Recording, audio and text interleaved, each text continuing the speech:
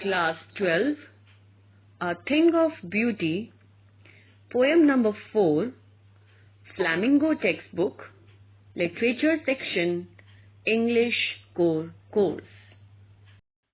Hello everyone, welcome back to Shalini English Classes. This is Shalini Sharma, your English teacher. Hope you all are doing well and learning English through my YouTube channel.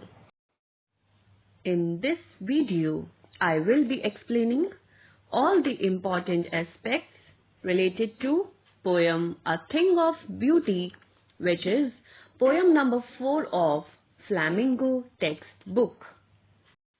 But before I initiate my topic, I would like to request all of you to like, share and subscribe my YouTube channel, that is Shalini English Classes, and don't forget to hit the bell icon.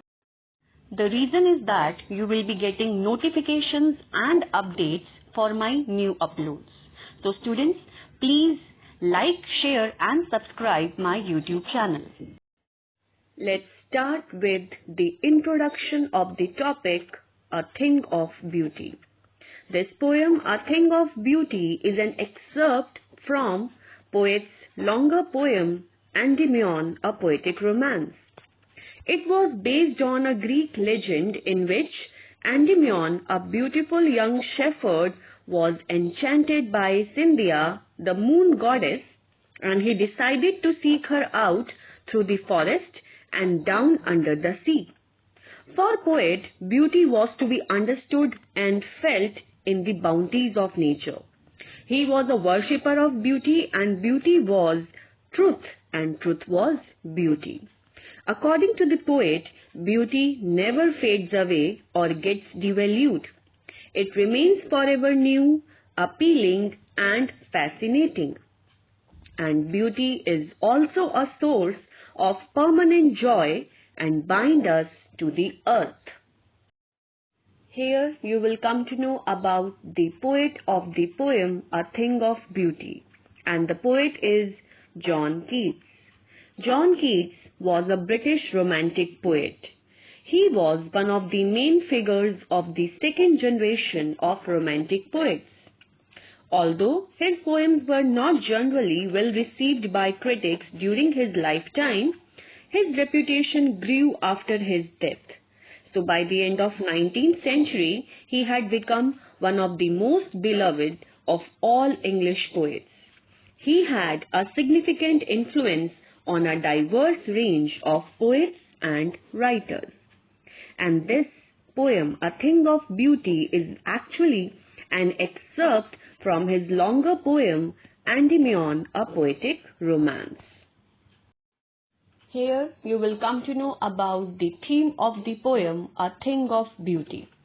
So, this poem, A Thing of Beauty, highlights the importance and purpose of God in creating beautiful objects around us.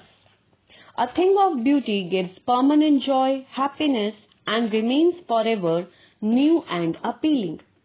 Any beautiful object is always treasured in our mind because it provides us eternal and everlasting joy. Here you will come to know about the summary of the poem A Thing of Beauty. So, what does the poet want to convey? A thing of beauty is joy forever. Its beauty can never vanish. It makes a permanent place in our mind and is a source of health and peace. The world has sufferings and noble people are few. But on account of things of beauty, we weave flowery bands to tie ourselves with this earth. We make a connection with the earth. Here, summary of the poem A Thing of Beauty is continued. So, things of beauty remove the curtain of darkness and gloom from our spirits. The moon, the sun, the clear streams, the thickets in green forest sprinkled with musk roses are all objects of beauty. The grand mythological stories, epics, all about the deeds and doom of our heroes are source of endless joy, which is pouring onto us from heaven's brink. Now, let's understand the meaning of the poem through paraphrasing. Here you will come to know about the meaning of stanzas of poem beginning from line number 1 till line number 13. So the poem is, a thing of beauty is a joy forever. Its loveliness increases, it will never pass into nothingness, but will keep a bower quiet for us, and a sleep full of sweet dreams, and health and quiet breathing. Therefore, on every morrow are we reading a flowery band to bind us to the earth, spite of despondence, of the inhuman dirt, of noble natures, of the gloomy days, of all the unhealthy and over-darkened ways, made for our searching, yes, in spite of all, some shape of beauty moves away the pall from our dark spirits. So till here I am explaining you the meaning of the lines. So what John Keats is saying? John Keats, the poet, says that a thing of beauty gives permanent joy or happiness. Every time we see different aspects of it, its loveliness, its charm increases with the passage of time. When it is not physically present, still its memory delights us. The happiness derived from objects of beauty will never end. Like any great work of art, its value increases with time. So this beauty remains fresh, appealing and everlasting. This effect of beauty will keep a peaceful area for us in which stress and troublesome thoughts cannot intrude. Bower. Okay, bower means peaceful and shady place. So just like a bower provides peace and tranquility, similarly objects of beauty will shield us from the problems of the world. When we are relaxed and tension-free, then obviously we will enjoy a good sound sleep, a good health and respite from our anxieties and worries. So, objects of beauty act like a bower to save us from the onslaught of problems, thus leading to good health. Now, in order to obtain the pleasure derived from objects of beauty, every day we try to forge new ties with nature and earth. Flowery bonds is used as a metaphor here to describe our relationship with nature, which is pleasant and sweet. Now, wreathing here means a circular arrangement of flowers. So, every day we try to make our relationship with nature more endearing and sweet to sustain us through problems and setbacks. Basically, the poet is saying that due to such beautiful objects of beauty, our relationship with nature gets deeper and deeper and makes life so attractive to us.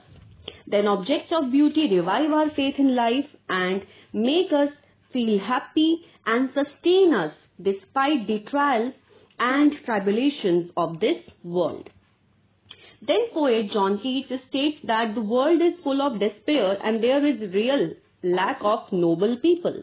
There is disappointment and corrupting influence in our life and many days are very depressing.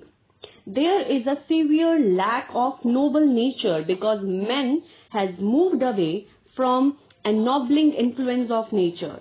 We are constantly searching for a meaning of life and the purpose of our existence. So the poet mainly means to say that there is evil and darkness in the corrupt world of ours. The things of beauty come to our help by cheering us, removing unhappiness and making this world a worthy place to live in.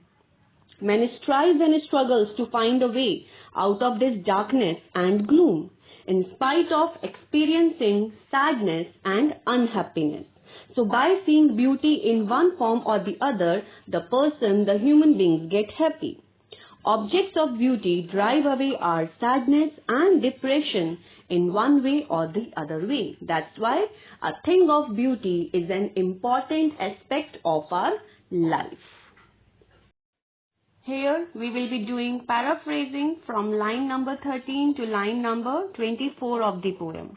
So the remaining poem is, such the sun, the moon, trees old and young, sprouting a shady boon, for simple sheep and such are daffodils, with the green world they live in and clear rills, that for themselves a cooling covert make, against the hot season the mid-forest break, rich with a sprinkling of fair musk rose blooms, and such too is the grandeur of the dooms we have imagined for the mighty dead, all lovely tales that we have heard or read, an endless fountain or immortal drink pouring onto us from the heaven's brink.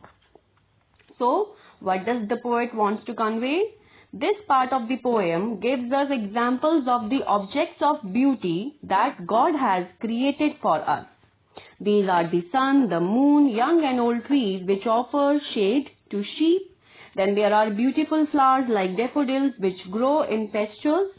The clear water of the rivers give a cooling and pleasant experience to save us from the hot and unpleasant summer. Covert here means a cool sheltering place. And the green fern looks attractive and divine with the generous scattering of musk roses. So we should be thankful to God for such a wide variety of beautiful objects to give us pleasure. Then the poet makes a comparison with the pleasure derived from the object of beauty and the pride that we experienced after reading heroic tales of the brave heroes. Mighty dead. Now what do you mean by mighty dead? Mighty dead are those great men or warriors who glorified death by embracing it most magnificently and gracefully. Grandeur of the dooms refers to the tragic stories of the heroes who showed bravery in epic battles and are now immortalized in our memories. These stories inspire us and fill us with great courage. Similarly, the pleasure derived from the objects of beauty is like an endless fountain which is permanent, like immortal drink, like nectar. So beauty in all respects is a permanent source of motivation and joy, and it is like an endless fountain from where we can drink the immortal drink. This joy comes to us from heaven, from God. So the poet wishes to say that these beautiful things are metaphorically like an endless source of nectar that comes to us from heaven, bringing eternal joy for the soul's glory. So this is the paraphrasing of this poem, A Thing of Beauty. I hope you must have understood the meaning of this poem. Here you will come to know about the poetic devices which have been used in the poem A Thing of Beauty. So you can see examples of metaphor, alliteration, symbols and images, transferred epithet and hyperbole. So learn these poetic devices to understand the poem clearly. Here you will come to know about the rhyme scheme of the poem A Thing of Beauty. You must have noticed the consistency in the rhyme scheme and line length. So the rhyme scheme of this poem is AA, BB, CC and so on, as the poem has been written in couples. You can see the verbs like forever, never, keep, sleep, reading, breathing, earth, dirt, all, Paul. So that's why the rhyme scheme of the poem is AA, BB, CC and so on. Here you can see the vocabulary which has been used in the poem A Thing of Beauty, and it will be helpful for you to understand the poem clearly. Here the vocabulary for the poem A Thing of Beauty is continued, and it's important to learn this vocabulary as it will be helpful for understanding of the poem in a clear way. Now, this is assignment number 1 for the poem A Thing of Beauty, and you all have to do this assignment 1 in your fair notebooks in legible handwriting. I have attached the same assignment with the description box of this video also. So students, please do this assignment in your fair notebooks in legible handwriting after understanding the poem properly. Now this is assignment number 2 for the poem A Thing of Beauty, in which you can see reference to context question. Now again you have to do this assignment in your fair notebooks, and I have attached this assignment also with the description box of this video. In the end, I would like to inform all of you that in this video I have explained theme, summary about the poet, poetic devices, vocabulary and rhyme scheme of the poem A Thing of Beauty. Now for detailed explanation of other topics of literature section and writing section, you have to watch my previous videos. Here I would also like to inform you that I have made a separate playlist for each and every topic of literature section as well as writing section. And the links of all those playlists have been given in the description box of this video also. So students, keep watching English videos and learn English through my YouTube channel. So that's all from my side for today's topic. Hope you must have understood the concept clearly. Once again a reminder, students, please like, share and subscribe my YouTube channel, that is Shalini English Classes by your teacher Shalini Sharma. Thanks for watching this video. Take very good care of yourselves. Stay safe.